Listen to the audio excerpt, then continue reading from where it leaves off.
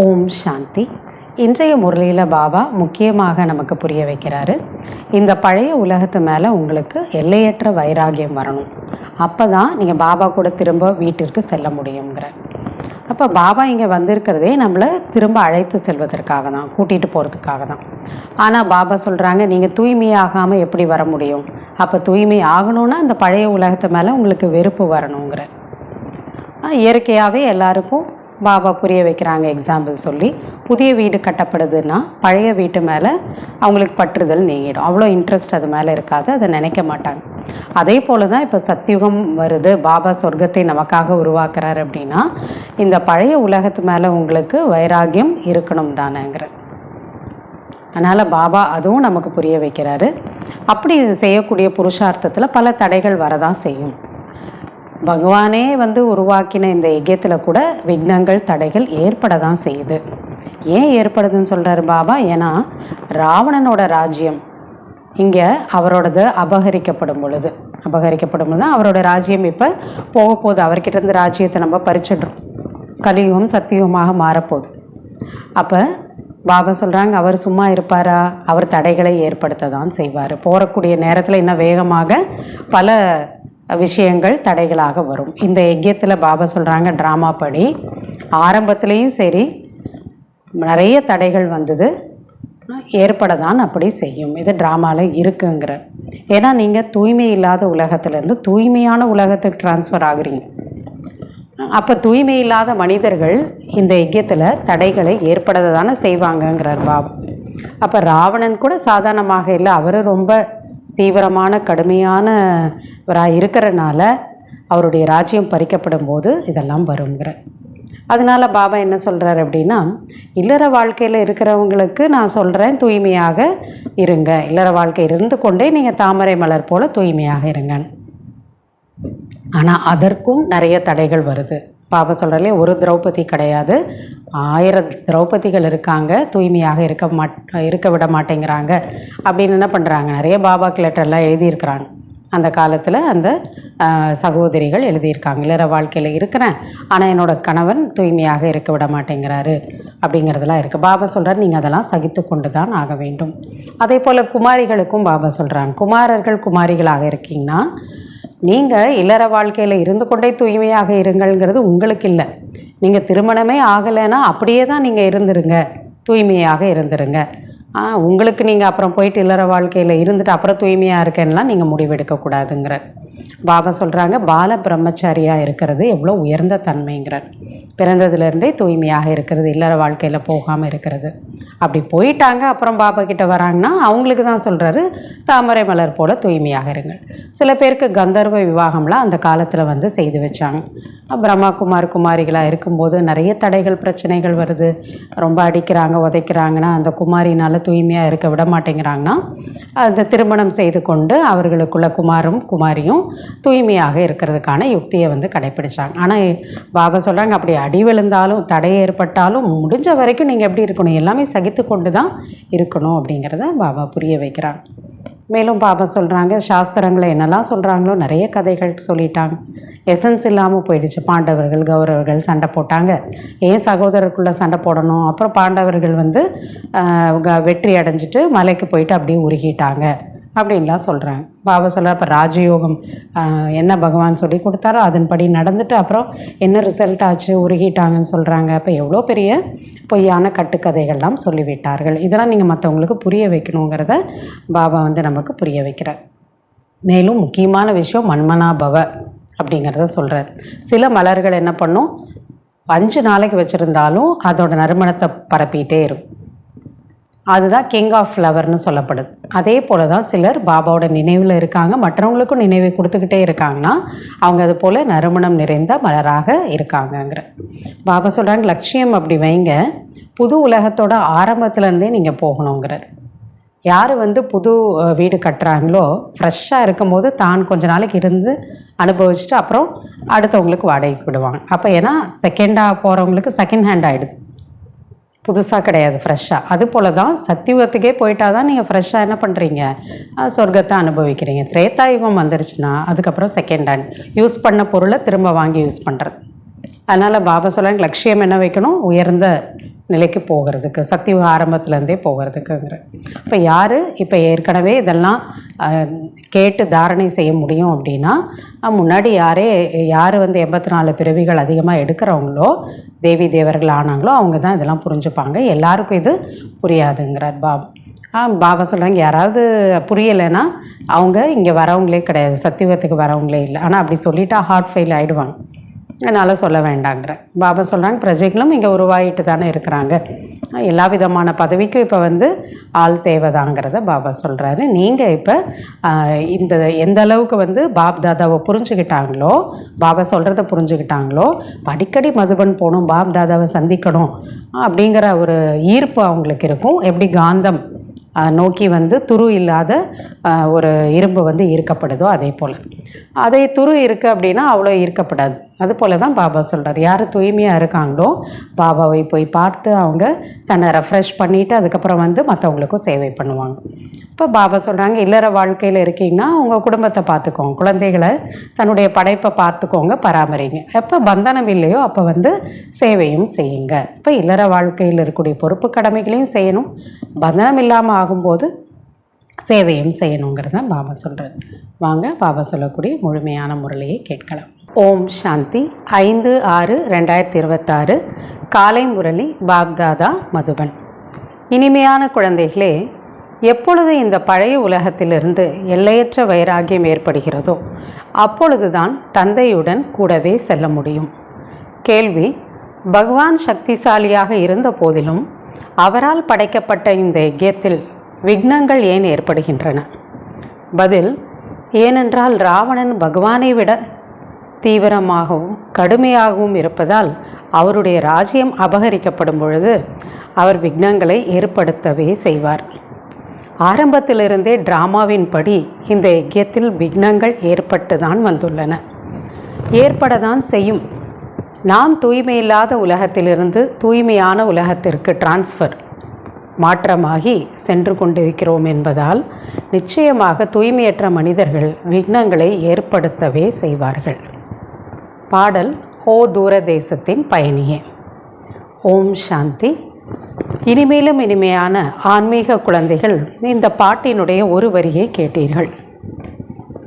தூரதேச பயணியே, அவருடைய இருப்பிடத்தை விட்டு இங்கே வந்திருக்காரு. எப்படி வேத சாஸ்திரங்கள் இருக்கின்றதோ பக்தி மார்க்கத்தோட வழியை சொல்லக்கூடியதாக, அதே போல் இந்த பாடலும் ஏதோ ஒரு வழியை நமக்கு சொல்கின்றது, ஏதோ ஒரு வழிகாட்டுதலை நமக்கு சொல்கிறாங்க. அவர்களோ எதையும் புரிந்து கொள்வதில்லை. பக்தியில் என்ன புரிஞ்சுக்கிறாங்க? பாடுறாங்க, அவ்வளவுதான். சாஸ்திரங்களின் கதைகள் அதையெல்லாம் கேட்பது என்பதெல்லாம் காதுக்கு இனிமையான விஷயங்கள் தான். பக்தியில் எல்லா விதமான கதைகள், சாஸ்திரங்கள் இதெல்லாம் வந்து கேட்பாங்க. ஆனால் அது கேட்டால் நல்லது, இல்லை கேட்குறதுக்கு நல்லா இருக்குது அப்படின்னு மட்டும் கேட்பாங்க. ஆனால் இப்பொழுது குழந்தைகள், நீங்கள் அறிந்து கொண்டீர்கள், தூர தேசத்தின் பயணி என்று சொல்லப்படுபவர் யார்? தூர தேசத்துலேருந்து பயணம் செய்து இந்த பூமிக்கு வரக்கூடியவர் யார்? ஒன்று பரமாத்மா, இன்னொன்று நாமும் தான். நாமும் அங்கேருந்து இங்கே ட்ராவல் பண்ணி தான் வந்திருக்கோம். பரமாத்மாவும் அங்கேருந்து இங்கே வரார். பாபா அதனால் சொல்கிறாங்க, அவங்களுக்கு இதெல்லாம் தெரியாதானா உங்களுக்கு தெரியும், ஆத்மாவுக்கு தெரியும். நாமும் கூட தூர தேசத்தில் இருக்கக்கூடிய அங்கேருந்து வந்த பயணி தான். ஏன்னா நம்முடைய வீடு சாந்தி தாமம். மனிதர்கள் இந்த விஷயங்களை பற்றியெல்லாம் அறிவதில்லை என்றால் எதையுமே அப்போ அறிந்து கொள்வதில்லை என்று தானே அர்த்தமாகிறது. பாட்டெல்லாம் இருக்குது, ஆனால் எதற்காக யாருக்காக பாடப்பட்டிருக்காங்கன்னு தெரியாது. தந்தையை அறிந்து கொள்ளவில்லை என்றால் சிருஷ்டியோட சக்கரத்தை பற்றியும் யாரும் அறிந்து கொள்ள முடியாது. படைப்பவரை தெரியலனா படைப்பும் புரிஞ்சுக்க முடியாது. நான் தற்காலிகமாக ஜீவாத்மா ஆகின்றேன் என்று சிவபாபா சொல்வதை இந்த ஆத்மா புரிந்து கொண்டுள்ளது. பரமாத்மா வந்து ஜீவாத்மா கிடையாது. நம்ம எல்லோரும் ஜீவாத்மா, ஏன்னா சரீரம் எடுக்கிறோம். ஆனால் அவர் டெம்பரவரியாக ஒரு உடலை எடுத்து ஜீவாத்மாவாக ஆயிருக்கார். இதெல்லாம் யாருக்கு புரியும்? பிரம்மா பாபாவுக்கு தெரியும், நமக்கு தெரியும், அவ்வளோதான். எல்லோரும் புரிஞ்சுக்க மாட்டாங்க. நீங்கள் உண்மையாகவே ஜீவாத்மாவாக இருக்கிறீர்கள். ஏன் நாம் ஆத்மா, நமக்கு வாழ்க்கைன்னு இருக்குது, இந்த உடலை எடுத்து நாம் நடிச்சிட்ருக்கோம். நான் சங்கமேகத்தில் தான் தற்காலிகமாக ஜீவாத்மாவாக வந்துள்ளேன், ஒரு உடலை எடுத்திருக்கேன். அதுவும் உங்களைப் போல ஆவதில்லை. நாம் நமக்குன்னு ஒரு உடல் இருக்குது, ஒரு பிறவி ஃபுல்லாக அதிலேயே நாம் இருப்போம், அம்மாவோட கர்ப்பத்தில் பிரவேசமாகும். ஆனால் அவரோட பிறவி அப்படி கிடையாது. நான் இந்த சரீரத்தில் பிரவேசமாகின்றேன் என்னுடைய அறிமுகத்தை கொடுப்பதற்காக. அவர் அது போல் அம்மாவோட கர்ப்பத்தில் போய் அவருக்குன்னு உடல் எடுக்கிறதில்ல, டைரெக்டாக ஒரு உடலில் பிரவேசம் ஆகிறார். இல்லை என்றால் உங்களுக்கு அறிமுகம் எப்படி கிடைக்கும்? நானே வந்து சொன்னாதான் அப்படி உங்களுக்கு என்னை பற்றி தெரியும், வேறு எப்படி தெரிஞ்சுப்பீங்க? இதெல்லாம் பாபா நமக்கு புரிய வைக்கிறார். அப்போ ஆன்மீக தந்தை ஒருத்தர் தான், எல்லா ஆத்மாக்கு அப்பா ஒருத்தர் தான். அவரை தான் நம்ம சிவபாபா அல்லது பகவான் என்று சொல்கின்றோம். வேறு யாருக்கும் இவரை பற்றி தெரியாது. இதில் தூய்மையினுடைய பந்தனமும் இருக்குது. பெரியதிலும் பெரிய பந்தனம் தன்னை ஆத்மா என்று புரிந்து கொள்வது. பாபா சொல்கிறாங்க, இது ரொம்ப கஷ்டமான விஷயம். தன்னை இந்த உடல் கிடையாது, ஆத்மான்னு புரிஞ்சுக்கிறது. அந்த தூர தேசத்தின் பயணியாகிய பதீத்த பாவனரை பக்தி மார்க்கத்தில் நாம் நினைவு செய்கின்றனர். அவரை தான் நம்ம இவ்வளோ காலமாக நினச்சிட்டு வந்தோம் பக்தியில். அந்த ஆன்மீக தந்தை தான் இப்போ வந்து நமக்கு புரிய வைக்கிறார். நான் அனைவரையும் அழைத்து செல்வேன், அனைவருமே திரும்பி சென்று தான் ஆக வேண்டும். அவங்க எல்லாரையும் அழைத்து செல்வது, கூட்டிகிட்டு போகிறதுக்கு தான் வந்திருக்கேன். பிரளயம் என்பது நடைபெற போவதில்லை. உலகம் ஒன்றுமே இல்லாமல் இங்கே அழிஞ்சிட்டு எல்லோரும் மேலே போயிடுவோம், அப்படி இல்லை. பாரத கண்டம் எப்பொழுதுமே இருக்க தான் செய்யும். பாரத கண்டம் ஒரு பொழுதும் முழுமையாக விநாசமாகிறதில்லை. சத்தியுக ஆரம்பத்தில் பாரத கண்டம் மட்டும்தான் இருக்கும். கல்பத்தின் சங்கம யுகத்தில் பாபா வரும் பொழுது ஆதி சனாத்தன தேவி தேவதா தர்மத்தை ஸ்தாபனை செய்ய வேண்டியதாக இருக்கிறது. ஒரு சிருஷ்டி, ஒரு கல்பம்னா 5000 வருஷம். அப்போ அதோட கடைசி நேரம் தான் சங்கமயுகம். அப்போ அவர் வந்து இந்த தேவதா தர்மத்தை படைக்கிறார். மற்ற அனைத்து தர்மங்களும் என்ன ஆகிடும்? விநாசமாகும், எதுவுமே இல்லாமல் போயிடும். நீங்களும் கூட ஆதி சனாத்தன தேவி தேவதா தர்மத்தை ஸ்தாபனை செய்வதில் உதவி செய்து கொண்டிருக்கிறீர்கள். அவர் அந்த தர்மத்தை படைக்கிறார்னா அந்த தர்மத்தில் போய் நம்ம தான் வந்து இருக்க போகிறோம். அப்போ அதை படைக்கிறதுக்கு நாம் தான் உதவி செய்கிறோங்கிற. மற்ற அனைத்து தர்மங்களும் விநாசமாகிவிட போகின்றன, அது இல்லாமல் போயிடும். ஆக பாடலை கேட்டீர்கள், பாபா எங்களையும் உங்களுடன் அழைத்து செல்லுங்கள் என்று சொல்கின்றீர்கள். பாபா சொல்கிறார், பழைய உலகத்தின் மீது அதுக்கு வைராக்கியம் வரணும். வைராக்கியம் வராத வரை அப்படியே யாரும் சென்று விட முடியாது. அவர் ரெடியாக இருக்கார். ஆனால் நமக்கு இந்த உலகத்து மேலே என்ன வேணுங்கிறாரு? வெறுப்பு வேணுங்கிறார், வைராக்கியம். புது வீடு கட்டப்படுது அப்படின்னா பழைய வீட்டிலிருந்து மனம் வந்து விட்டு போயிடுது, விலகி போயிடுது. பெருசாக அது மேலே விருப்பம் இருக்காது. நீங்கள் அறிவீர்கள், இந்த பழைய உலகம் அழிந்து விட போகிறது. அப்போ இப்பொழுது புது உலகத்திற்கு செல்ல வேண்டும். இப்போ நமக்கு தெரியுது அப்படின்னா இந்த பழைய உலகத்து மேலே எப்படி நம்ம வந்து விருப்பம் வைக்கிறது, மனசு இதில் எப்படி ஈடுபடுத்துறது? அதனால் பாபா நம்ம புரிய வைக்கிறார், இந்த பழைய உலகத்து மேலே உங்களுக்கு வைராக்கியம் வரணும். இப்போ எதுவரை சதோ பிரதானமாக ஆகவில்லையோ அது வரைக்கும் தூய்மையான தேவி தேவதையாக ஆக முடியாது. அதனால்தான் பாபா அடிக்கடி புரிய வைக்கிறாரு, தன்னை ஆத்மா என்று உணர்ந்து தந்தையை நினைவு செய்து கொண்டே இருங்கள், அப்போ தானே தூய்மையாக முடியும். சத்கதி அளிக்கக்கூடியவர் தூர தேசத்தின் பயணி ஒருவர் தான், அவர் தான் இங்கே வந்திருக்காரு. இந்த உலகத்தில் இருக்க யாருமே நமக்கு சத்கதி கொடுக்க முடியாது. அவரை உலகம் அறிந்து கொள்ளவில்லை. சர்வவியாபி என்று கூட ஒரு சைடு சொல்லிட்டாங்க. இப்பொழுது குழந்தைகள், நீங்கள் நம்பர்வார் முயற்சிக்கு ஏற்றபடி அவரை புரிந்து கொண்டீர்கள். நாம் சிவபாபாவோட குழந்தைகள் இங்கு வருகின்றனர் என்றாலே புரிந்து கொள்கின்றனர். நாம் பாப்தாதாவிடம் செல்கின்றோம். ஆக இது ஒரு பரிவாரம், ஒரு ஃபேமிலியாக இருக்குது. இது ஈஸ்வரிய குடும்பமாக இருக்குது. யாருக்காவது அநேக குழந்தைகள் இருப்பார்களானால் பெரிய பட்டாளமே ஆகிவிடும் இல்லையா, பெரிய சேனை போல இவங்க அப்படின்னு. சிவபாபாவோட குழந்தைகள் அதே போல தான். இத்தனை பிரம்மாகுமார் சகோதரர்கள் சகோதரிகள் இருக்கின்றனர். இதுவும் கூட ஒரு பெரிய சேனையாக இருக்கின்றது. பிரம்மாகுமார் குமாரிகள் அனைவருமே அறிவார்கள், நாம் எல்லையற்ற தந்தையிடமிருந்து ஆஸ்தியை பெறுகிறோம். பாண்டவர்களும் கௌரவர்களும் சூதாட்டம் வந்து செய்தாங்கன்னு போட்டிருக்காங்க, விளையாடினாங்க. ராஜ்யத்தை பணயமாக அதில் பாண்டவர்கள் வைத்தார்கள். இப்போது ராஜ்யம் கௌரவர்களுக்கு கிடையாது, பாண்டவர்களுக்கும் கிடையாது. இப்போ ஏமாற்றி வாங்கிட்டாங்கன்னெலாம் சொல்லுவாங்க. இப்போ மாயா என்ன பண்ணுது? ஏமாற்றி நம்மக்கிட்ட வந்து ராஜ்யத்தை வாங்கிடுச்சு. இப்போ பாபா சொல்கிறாங்க, கௌரவர்களும் கிடையாது, பாண்டவர்களும் கிடையாது, கிரீடம் அப்படிங்கிற விஷயமும் எதுவும் கிடையாது. அவர்கள் நகரத்தை விட்டு வெளியேற்றப்பட்டதாக கூட காட்டுகின்றனர். பாண்டவர்களை வந்து வெளியேற்றிட்டாங்க. ஆயுதங்கள் முதலியவற்றை மறைவாக வைத்திருந்தனர். இவை அனைத்தும் கட்டுக்கதைகள், இப்படியெல்லாம் எதுவும் இல்லை. அவங்க எல்லாத்தையும் வாங்கிட்டாங்க, பாண்டவர்களுக்கு எதுவுமே கொடுக்கல அப்படின்னு பாபா சொல்கிறாங்க. இதெல்லாம் கதைகள் தான். பாண்டவ ராஜ்யம் இல்லை, கௌரவ ராஜ்யமும் இல்லை. அவர்களுக்குள் சண்டை நடைபெறவும் இல்லை. ஸ்தூலமாக எந்த குடும்ப சண்டையும் இது போலெல்லாம் எதுவும் நடக்கலைன்னு சொல்கிறார் பாபா. போரும் நடக்கலை. ராஜாக்களிடையில் சண்டை நடைபெறுகின்றது.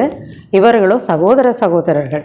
சண்டை நடைபெற்றது கௌரவர்கள் மற்றும் பாண்டவர்களுக்கிடையில். சண்டை நடந்துச்சு அப்படின்னா கௌரவர்கள்னா யார், பாண்டவர்கள்னா யார் புரிஞ்சுக்கணும். 2 பேரையும் சகோதரர்களை வேற சொல்லியிருக்காங்க. மற்றபடி சகோதரர்கள் ஒருவர் எப்படி அழித்து கொண்டனர்? சகோதரர்களாக இருக்கும்போது எதுக்கு அந்த மாதிரி சண்டை போட்டு ஒருத்தர் இன்னொருத்தர் அழிச்சுக்கிறாங்க? பாண்டவர்களும் கௌரவர்களும் சண்டையிட்டதாக காட்டுகின்றனர். அதுதான் பெரிய மகாபாரத போர். மீதி பஞ்ச பாண்டவர்கள் மிஞ்சினார்கள், ஒரு நாயும் கூட இருந்ததாக காட்டுகின்றனர். அவர்கள் அனைவருமே மலை மீது போய் உருகி அப்படியே இறந்து போனதாக சொல்கின்றனர். அப்படியே மேலே மலையில் போயிட்டு மெல்ட் ஆயிட்டாங்க. அவங்க கூட ஒரு நாயும் இருந்ததெல்லாம் சொல்கிறாங்க. பாபா சொல்கிறாங்க, விளையாட்டே முடிந்தது, ராஜயோகத்தின் அர்த்தமே வெளியாகவில்லை. பாருங்கள், எவ்வளோ கதைகளை சொல்லி அதில் உண்மையான என்ன எசன்ஸ் இருக்கோ, கௌரவர்கள் யார், பாண்டவர்கள் யார், இதெல்லாம் எதுவுமே இல்லாமல் ஆக்கிட்டாங்க. ராஜயோகம் அவர் கற்றுக் கொடுத்தாரு. என்ன அடைஞ்சாங்க அவங்க? அதுக்கப்புறமா போருக்கு பிறகு வெற்றி அடைஞ்சாங்களே, அவங்க அதுக்கப்புறம் உருகிட்டாங்கன்னு சொல்கிறாங்க. அப்போ ராஜயோகத்தோட ஒரு அர்த்தமே தெளிவாக அதில் எதுவுமே சொல்லப்படலை. இப்பொழுது குழந்தைகள், நீங்கள் அறிவீர்கள், பாபா கல்பமாக ஒரு தர்மத்தின் ஸ்தாபனை செய்கிறார். ராஜயோகத்தை கற்றுக் கொடுத்து என்ன பண்ணுறார்? ஒரு தர்மத்தை படைக்கிறார். அழைக்கவும் செய்கின்றனர், பத்தித்த பாவனரை வாருங்கள், தூய்மை இழந்த எங்களை தூய்மையாக்குங்கள் என்று. சத்தியுகத்தில் சூரிய வம்ச ராஜ்யம் பிரம்மாவின் மூலம் விஷ்ணுபுரியின் ஸ்தாபனை நடைபெற்று கொண்டிருக்கிறது. பிரம்மா மூலமாக சிவாவை செய்கிறார். இப்பொழுது பாபா வந்திருக்கிறார். அவர் வழிகாட்டுதல் படி அப்பொழுது நாம் நடக்க வேண்டும் அல்லவா? சுயம் பகவான் சொல்லிக் கொடுக்குறாருன்னா அதுபடி கேட்கணும் தானே. தாமரை மலருக்கு சமமாக தூய்மையாக இருக்க வேண்டும். அதுதான் அவர் சொல்கிறாரு. இல்லற வாழ்க்கையில் இருந்து கொண்டே தூய்மையாக இருங்கள் என்று கன்னியர்களுக்கும் வேறு யாராவது சொல்லுவாங்களா? சிவபாபா தவிர யாருமே இதெல்லாம் சொல்ல முடியாது. அவர்களோ தூய்மையாக இருக்கின்றனர். பாபா சொல்கிறாங்க, இல்லற வாழ்க்கையில் இருக்கிறவங்களுக்கு நீங்கள் அதிலே இருங்க, தூய்மையாக இருங்கங்கிற. ஆனால் யார் குமாரிகளாக இருக்காங்களோ நீங்களும் இல்லற வாழ்க்கைக்கு போயிட்டு தூய்மையாக இருங்கன்னு சொல்லலை, நீங்கள் அப்படியே இருந்துக்கோங்கிறத சொல்கிறார் பாபா. ஏன்னா அவங்க ஏற்கனவே தூய்மையாக இருக்காங்க, அப்புறம் திரும்ப ஏன் அதில் போகணும்?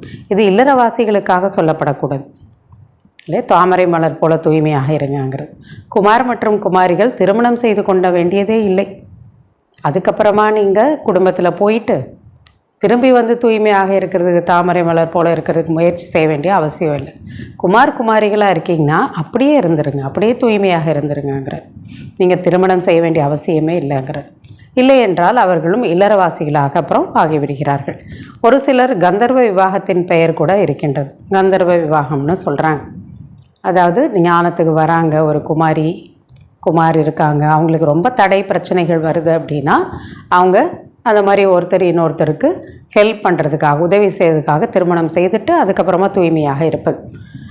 பாபா தான் சொல்கிறாங்க, கன்னியாவுக்கு ரொம்ப அடி விழுகுதென்றால் ஞான மார்க்கத்தில் இருந்து தூய்மையாக இருக்கிறதுக்கு வேறு வழி இல்லாத நிலையில் கந்தர்வ விவாகம் செய்து வைக்கப்படுகின்றது.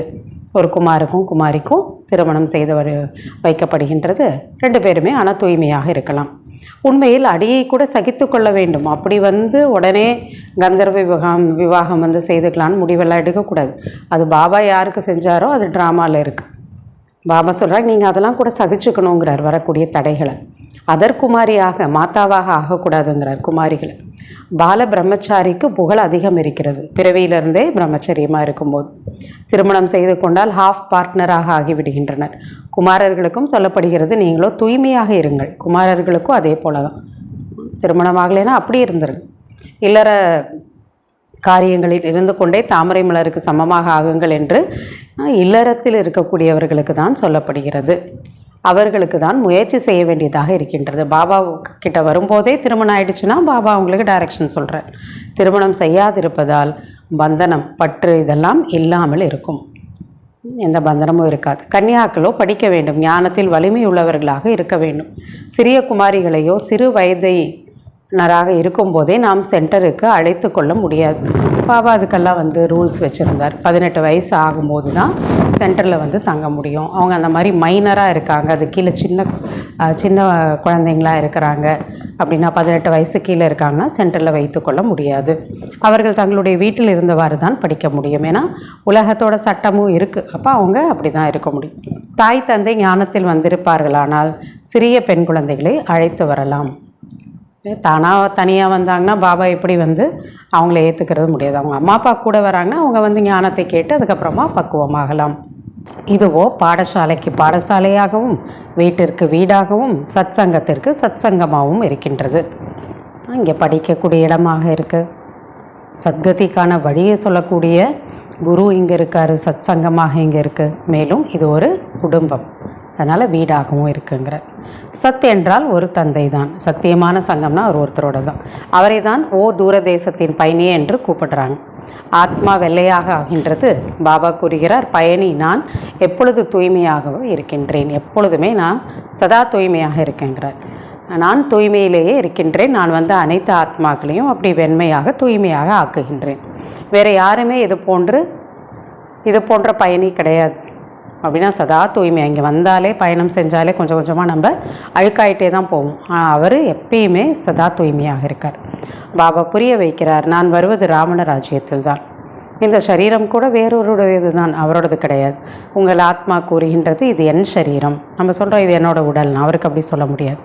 பாபா சொல்வார் இது எனது சரீரம் கிடையாது. அவர் அதுக்குள்ளே இருந்தாலும் என்னோட உடல் இது அப்படின்னு சொல்ல முடியாது. இது என்னோட உடல் இல்லைன்னு தான் சொல்லுவார். இது இவருடைய சரீரம், பிரம்மாவோட உடல். இந்த தூய்மையற்ற சரீரம் என்னுடையதல்ல. நான் வருவதே இவருடைய அநேக ஜென்மங்களினுடைய கடைசி ஜென்மத்தில். யார் நம்பர் 1 தூய்மையாக இருந்தாரோ அவர்தான் கடைசி நம்பரில், அதாவது கடைசி விகாரியாகவும் ஆகிவிட்டார். ரொம்ப கீழானவராகவும் ஆயிட்டார். அவ்வளோ சிரேஷ்டமாக இருந்தவர். முதல் நம்பரில் 16 கலா சம்பூர்ணமாக இருந்தார். 16 கலையும் நிறைஞ்சு தூய்மை அப்படி 100% இருந்தார். இப்பொழுது எந்த ஒரு கலையும் இல்லை, தூய்மையே இல்லை. தூய்மையற்றவர்களாக எல்லாருமே ஆகிதான் தீரணும். ஆக பாபா தூரதேசத்தின் பயணியாகி இருக்கின்றார் அல்லவா. ஆத்மாக்கள் நீங்களும் கூட அப்படிப்பட்ட பயணிகள் தான். இங்கே வந்து பார்ட்டை நடிக்கிறீர்கள். இந்த சிருஷ்டி சக்கரத்தை யாரும் தெரிந்திருக்கவில்லை. யாராவது எவ்வளவுதான் சாஸ்திரங்கள் முதலியவற்றை படித்திருந்தால் கூட ஞானத்தை யாராலும் இந்த ஞானத்தை சொல்ல முடியாது. பாபா தான் புரிய வைக்கிறார். நான் இந்த உடலில் பிரவேசமாகி ஆத்மாக்களுக்கு ஞானத்தை கொடுக்கின்றேன். அவர்களோ மனிதர்களுக்கு சாஸ்திரங்களுடைய ஞானத்தை கொடுக்கின்றனர். அவர்கள் பக்தர்களாக இருக்கின்றனர். அதை படித்து பக்தர்களாக தான் ஆக முடியும், தேவதை ஆக முடியாது. சத்கதி அளிக்கக்கூடியவர் ஒருவர் தான். அவர்தான் ஞானக்கடல். அவரை அறியாத காரணத்தினால் தேக அபிமானம் வந்துவிடுகிறது. அவர்கள் ஒன்றும் இதை புரிய வைப்பதில்லை. தன்னை ஆத்மா என்று நம்பிக்கை செய்யுங்கள் அப்படிலாம் பக்தியில் சொல்லித்தரதில்லை. ஆத்மா தான் படிக்கின்றது. இதை யாருமே புரிய வைப்பதில்லை. ஏனென்றால் தேக அபிமானம். இப்பொழுது தூர தேசத்தின் பிரயாணி என்று சிவபாபாவைத்தான் சொல்வார்கள். நீங்கள் அறிவீர்கள், நாம் 84 பிறவிகளோட சக்கரத்தை சுற்றி முடித்து விட்டோம். பாபா கூறுகிறார், 5000 ஆண்டுகளுக்கு முன்பும் கூட இதெல்லாம் நான் உங்களுக்கு புரிய வைத்திருந்தேன். ஏன்னா இந்த நாடகம் ரிப்பீட் ஆகும். அதாவது குழந்தைகளே, நீங்கள் உங்கள் பிறவிகளை பற்றி அறிய மாட்டீர்கள், நானே அறிவேன். நம்முடைய பிறவி நமக்கு தெரியாது, பாபா சொல்லி தான் நமக்கு தெரியும். கீதையின் மாவில் உப்பு போட்ட அளவுக்கு ஏதோ உண்மைங்கிறது இருக்குங்கிறார். அதே கீதையில் எபிசோடு தான் இப்போ நடக்குது. அதே மகாபாரத யுத்தம், அதே மன்மனாபவ மத்தியாஜிபவ என்ற ஞானம் இப்பொழுது சொல்லிக் கொடுக்கப்படுது. மீண்டும் எல்லாமே அப்படியே நடக்குது, ரிப்பீட் ஆகுது. இதுதான் ட்ராமாவோட ரகசியம். என்னை மட்டுமே நினைவு செய்யுங்கள். சண்டையும் கூட கண்டிப்பாக நடைபெற்றுள்ளது. பாண்டவர்களுக்கு வெற்றி கிடைத்துள்ளது இல்லையா? அந்த பாண்டவர்கள் யார்? 5 பாண்டவர்கள் காமிச்சிட்டாங்க. யார்? அது எல்லாமே நாம தான். விஷ்ணுவின் வெற்றி மாலை என்பது பாடப்படுகிறது. சாஸ்திரங்களிலோ பாண்டவர்கள் உருகி இறந்து போனதாக காட்டப்பட்டுள்ளது இல்லையா? வைஜெயந்தி மாலை விஷ்ணுவோட வம்சத்தை காட்டுறாங்க. அதில் யார் வராங்க? தேவி தேவர்கள் தான். பிறகு மாலையெல்லாம் எங்கிருந்து உருவானது? அவங்க தான் போய் இறந்துட்டாங்களே, அதுக்கப்புறம் எப்படி மாலையெல்லாம் வருங்கிறார் பாபா. இப்பொழுது நீங்கள் புரிந்து கொண்டீர்கள் நாம் விஷ்ணுவின் மாலை ஆவது எப்படி. எப்படி விஷ்ணுவோட மாலை ஆக எப்படி நம்ம மாறுறோங்கிறதெல்லாம் புரிஞ்சுக்கிட்டீங்க. அதுக்காக தான் நம்ம இங்கே வந்திருக்கோம், விஷ்ணுவோட மாலை ஆகிறதுக்கு. மேலே பதீத்த பாவனர் பாபா இருக்கிறார்.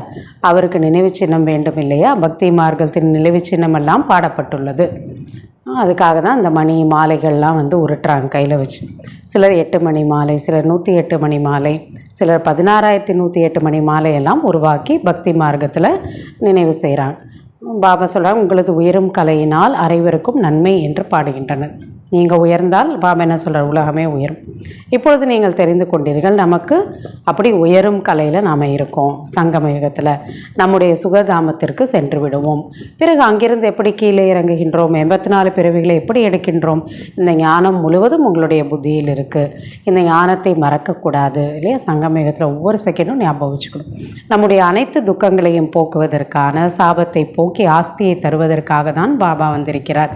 ராவணனுடைய சாபத்தினால் அனைவருக்கும் துக்கம் ஏற்பட்டு விட்டது. ராவணனுடைய சாபம்னா 5 விகாரங்கள், அதனால் சபிக்கப்பட்டுட்டோம்.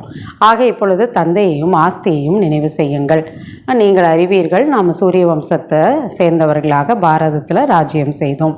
பாரதத்தில் தான் சிவபாபா வருகிறார். பாரதம்தான் சொர்க்கமாக இருக்கிறது. இதையெல்லாம் அடிக்கடி புத்தியில் நினைவு செய்ய வேண்டும்ங்கிறார். நம்ம சூரிய வம்சம், பாரதத்தில் தான் சிவபாபா வர்றாரு, பாரதம் தான் சொர்க்கமாக இருந்தது. இந்த விஷயமெல்லாம் அடிக்கடி ரிப்பீட் பண்ணுங்க புத்தியில். யார் 84 பிறவிகளை எடுக்கவில்லையோ அவர்களுக்கு இதெல்லாம் தாரணை ஆகாது, புரிஞ்சுக்க மாட்டாங்க. மற்றவங்களுக்கு தாரணையும் செய்விக்க மாட்டார்கள். அவர்களுக்கு புரிய வைக்கப்படுகிறது, 84 பிறவிகள்லாம் இவங்க எடுக்கலை, தேவி தேவர்களாக ஆரம்பத்திலேருந்தே எடுத்திருந்தாங்கன்னா தான் இதெல்லாம் புரிஞ்சுப்பாங்க. இவர்கள்லாம் தாமதமாக பின்னாடி தான் இப்போ வர்றாங்க இந்த நாடகத்தில்னு தெரிஞ்சுக்கலாம். சொர்க்கத்தில் இவர்கள் வருவதில்லை. முதலில் செல்வதோ நல்லது இல்லையா? ஆலையே ஒரு ட்ராமா, ஒரு சினிமா ஆரம்பிக்குதுன்னா ஃபஸ்ட்லேருந்தே பார்ட்டு ப்ளே பண்ணுறவங்க தானே ஹீரோ. புதிய வீட்டில் முதலில் நாம் தான் வசிக்கின்றோம், பிறகு வாடகைக்கு விடுகின்றனர் இல்லையா? வீடு புதுசாக கட்டினாங்கன்னா தான் கொஞ்ச நாள் இருந்து அனுபவிச்சுட்டு அப்புறம் தான் வாடகை விடுவாங்க.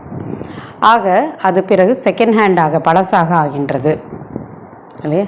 அடுத்தவங்களுக்கு போகும்போது அது பழசாயிடும். சத்தியுகம் அப்போ புதிய உலகம், திரேதாயுகம்ங்கிறது செகண்ட் ஹேண்டுன்னு பாபா சொல்கிறார். ஆக இப்பொழுது புத்தியில் வருகின்றது, நாம் சொர்க்கத்திற்கு, புதிய உலகத்திற்கு செல்ல வேண்டும், ஃப்ரெஷ்ஷாக இருக்கும்போது போகணுங்கிறார்.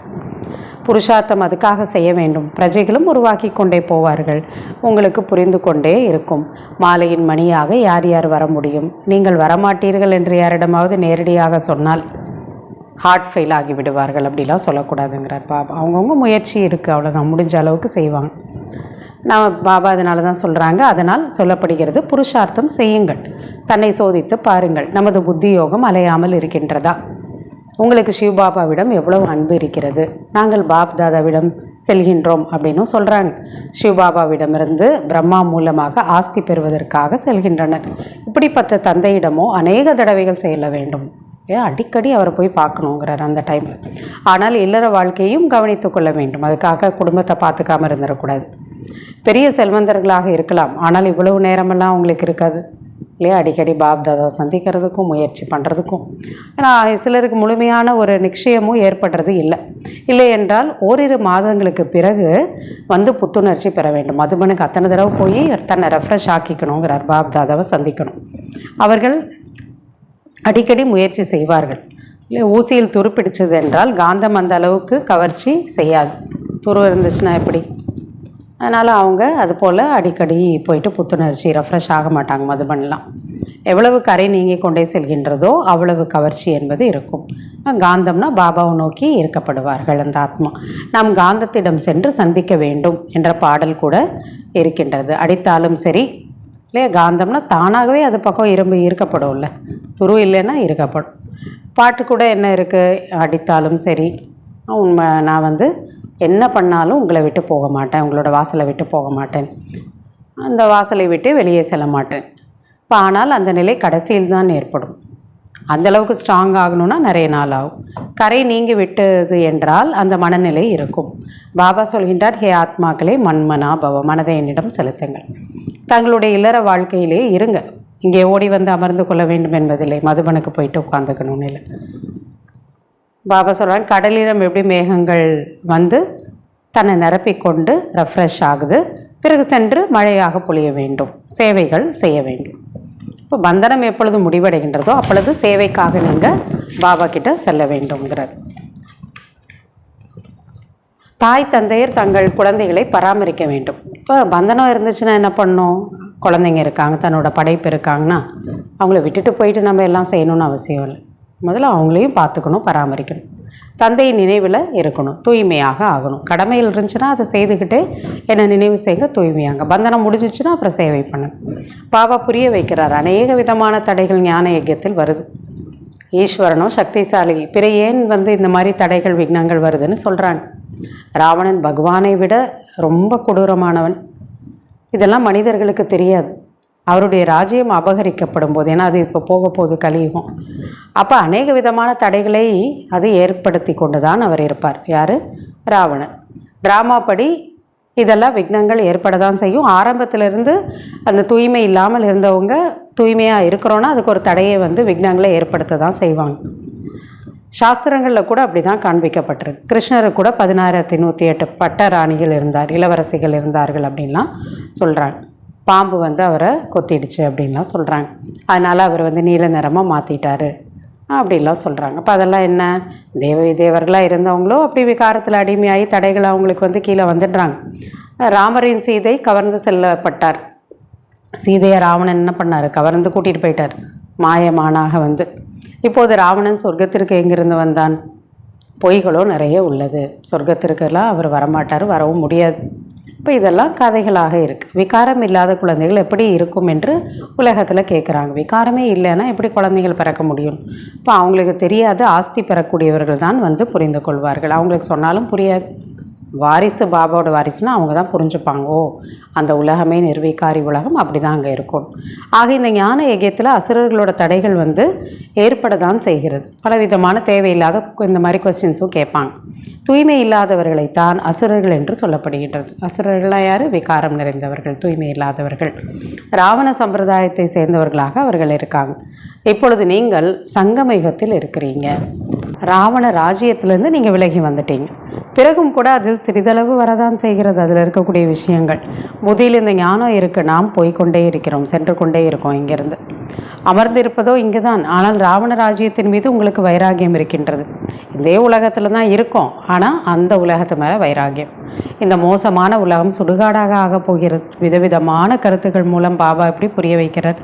உண்மையில் ஒரே ஒரு முக்கியமான விஷயம்தான். இதெல்லாம் ஏன் சொல்கிறார்? இந்த உலகத்து மேலே வைராகியம் வரணும். மனசை யார்கிட்ட செலுத்தணும்? பாபா கிட்ட. மன்மனா பவ, இதுதான் முக்கியங்கிற. எத்தனை பேரிடமிருந்து கடிதங்கள்லாம் வருகின்றன. பாபா, நாங்கள் பந்தனத்தில் இருக்கின்றோம்.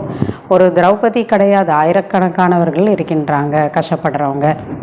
தூய்மையாக இருக்க விடாமல் அவங்களை கொடுமைப்படுத்துகிறாங்க. இப்பொழுது நீங்கள் தூய்மையற்ற உலகத்திலிருந்து தூய்மையான உலகத்திற்கு சென்று கொண்டிருக்கிறீர்கள், டிரான்ஸ்ஃபர் ஆகிறீங்க. யார் கல்பத்திற்கு முன் மலர்களாக ஆகியிருந்தார்களோ அவர்கள் தான் இப்பொழுது வருவாங்க. அல்லாவின் தோட்டமானது இங்கே தான் ஸ்தாபனை ஆகும். ஒரு சிலரோ நல்ல மலர்களாக உள்ளனர்.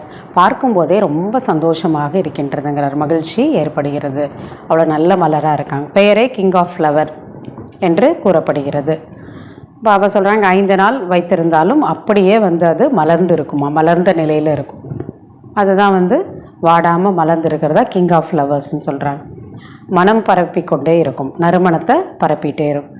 இங்கேயும் கூட பாபாவை நினைவு செய்து கொண்டே மற்றவங்களையும் நினைவுபடுத்தி கொண்டே இருக்கின்றனர். அவங்ககிட்ட அந்த நினைவோட நறுமணம் பரவுதுங்கிற. அவர்களுடைய நறுமணம் எல்லா இடத்துலையும் பரவுது. சதா குஷியாக அவங்க இருக்காங்க. அப்படிப்பட்ட இனிமையிலும் இனிமையான குழந்தைகளை பார்த்து பாபா கூட ரொம்ப மகிழ்ச்சி அடைகின்றார். அவர்களுக்கு முன் பாபாவின் ஞான நடனம் நன்றாக நடைபெறுகிறது. அப்படிப்பட்ட குழந்தைகள் முன்னாடி பாபா இந்த முரளி கூட ரொம்ப நல்லா நடனம், இப்படி நல்லா ஆடியன்ஸ் நல்லா இருக்காங்க, ஊக்கம் உற்சாகமான டான்ஸ் பண்ணுறவங்க நல்லா பண்ணுவாங்க. அதுபோல் பாபாவோட ஞான நடனம் கூட அவங்களுக்கு முன்னாடி ரொம்ப நல்லதாக இருக்குங்கிற. அச்சா, இனிமேலும் இனிமையான காணாமல் போய் கண்டெடுக்கப்பட்ட குழந்தைகளுக்கு தாயும் தந்தையுமான பாப் தாதாவின் அன்பு நினைவுகள் மற்றும் காலை வணக்கம். ஆன்மீக குழந்தைகளுக்கு ஆன்மீக தந்தையின் நமஸ்காரம், ஆன்மீக தந்தைக்கு ஆன்மீக குழந்தைகளின் நமஸ்காரம். தாரணைக்கான முக்கிய சாரம். முதலாவது பாயிண்ட்டு, ஞானம் மற்றும் யோகத்தில் உறுதியாக மாறாதவராக இருக்க வேண்டும். பந்தனம் எதுவும் இல்லை என்றால் பிறகு தெரிந்தே பந்தனத்தில் போய் மாட்டிக்கொள்ளக்கூடாது. பால பிரம்மச்சாரியாக இருக்க வேண்டும். 2வது பாயிண்ட்டு, இப்பொழுது நமக்கு உயரும் கலை. பாபா நம்முடைய அனைத்து துக்கங்களையும் போக்குவதற்காக, சாபத்தை போக்கி ஆஸ்தியை கொடுப்பதற்காக வந்துள்ளார். பாபா மற்றும் ஆஸ்தியை நினைவு செய்து அளவற்ற குஷியில் இருக்க வேண்டும். சோதித்து பார்க்க வேண்டும், நமது புத்தி யோகம் எங்காவது அலையாமல் இருக்கின்றது தானே. வரதானம், அனுசரிக்கும் மற்றும் எதிர்கொள்ளும் சக்தியின் மூலம் சேவையில் வெற்றியாக பலனாக அடையக்கூடிய ஆன்மீக சேவாதாரி ஆகுக. ஆன்மீக சேவாதாரிகளுக்கு சேவையை தவிர வேறு எந்த சிந்தனையும் இருக்காது. அவர்கள் எண்ணம், சொல், செயல், சேவையின் மூலம் ஒரு வினாடியும் கூட ஓய்வெடுக்க மாட்டார்கள். எல்லாம் எண்ணத்தால், பேச்சால், செயலால் சதா சேவை பண்ணிகிட்டே இருப்பாங்க. அவங்களுக்கு ரெஸ்ட்டே கிடையாதுங்கிறது. ஆகையால் பெஸ்ட்டாக ஆகிவிடுகிறது. இதில் ரெஸ்ட் எடுக்கலைன்னா பெஸ்ட் ஆகிடுறீங்க. அவர்கள் சேவையின் வெற்றியை பலனாக அடைவதற்கு சதா இதை நினைவில் வைத்திருப்பார். எதை நினைவு வைத்திருப்பாங்க? அனுசரிக்கும் மற்றும் எதிர்கொள்வது தான் எனது நோக்கமாகும். பாபா சொல்கிறாங்க, சேவையில் வெற்றி அடையணும்னா நமக்கு என்ன 2 விஷயம் தேவை. ஒன்று அனுசரிக்கும் சக்தி, அட்ஜஸ்ட் பண்ணக்கூடிய சக்தி. 2வது எது வந்தாலும் அதை ஃபேஸ் பண்ணக்கூடிய, எதிர்கொள்ளக்கூடிய சக்தி. அப்போ தான் அந்த சேவையில் வெற்றியை நம்ம பார்க்க முடியும். இல்லைன்னா நம்ம பாதியிலே கைவிட்டுருவோம். ஏதாச்சும் சின்ன தடை வந்தாலும் அதை நம்ம அட்ஜஸ்ட் பண்ணிக்க மாட்டோம், இல்லை எதிர்கொள்கிறதுக்கு பயந்துருவோம். பாபா சொல்கிறாங்க, இப்போ 2 சக்தி இருந்தால் தான் சேவையில் பலன் அடைய முடியும். அவர்கள் தன்னுடைய பழைய சம்ஸ்காரங்களை கரைத்து விடுவார்கள் மற்றும் மாயாவை எதிர்கொள்வார்களே தவிர தெய்வீக குடும்பத்தை அல்ல. இப்போ பாபா சொல்கிறாங்க, எதை எதிர்கொள்ளணும்? பாபா சொல்கிறாங்க, மாயாவை எதிர்கொள்ளணும். தன்னிடம் இருக்கக்கூடிய பலவீனங்கள், விகாரங்கள், இதை நம்ம எதிர்கொள்ளணுமே தவிர தெய்வீக பரிவாரத்தை எதிர்கொள்ளக்கூடாது. அப்படின்னா அங்கே நம்ம அப்போசிஷன் பண்ணக்கூடாது. மாயா கிட்ட நம்மளுடைய அப்போசிஷனை காட்டணும். தன்னுடைய பலவீனத்தை நீங்கள் அப்போஸ் பண்ணணுமே தவிர தெய்வீக குடும்பத்தை நம்ம சண்டை சச்சரவுகள் போடுறதோ, இது தப்பு அது தப்புன்னு குறை சொல்கிறதோ அதை நாம் செய்கிறது கிடையாதுங்கிறது. மேலும் அவங்க பழைய சம்ஸ்காரங்களை உள்ளுக்குள்ளேயே என்ன பண்ணுறாங்க? அழித்து விடுகிறார்கள்.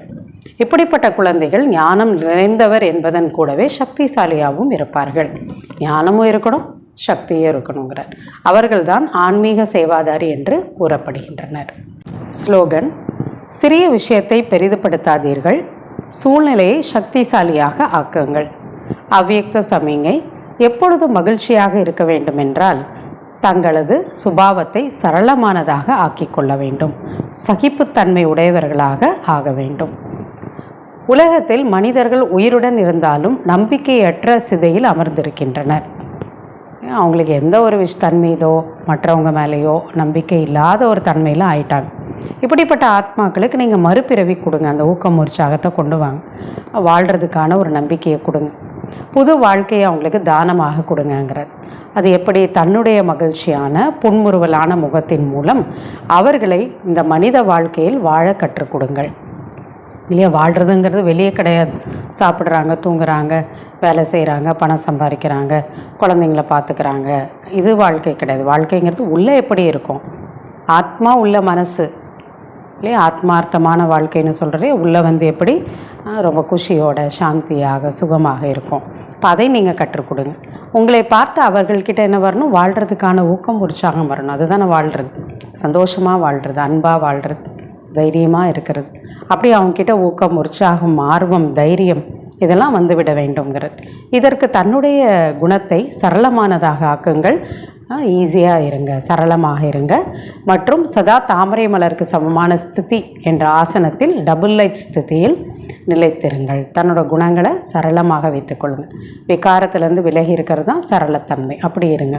அதே போல் தாமரை மலருக்கு சமமாக ரொம்ப டிட்டாச்சாகவும் நீங்கள் இருங்கங்கிறார். அச்சா. ஓம் சாந்தி.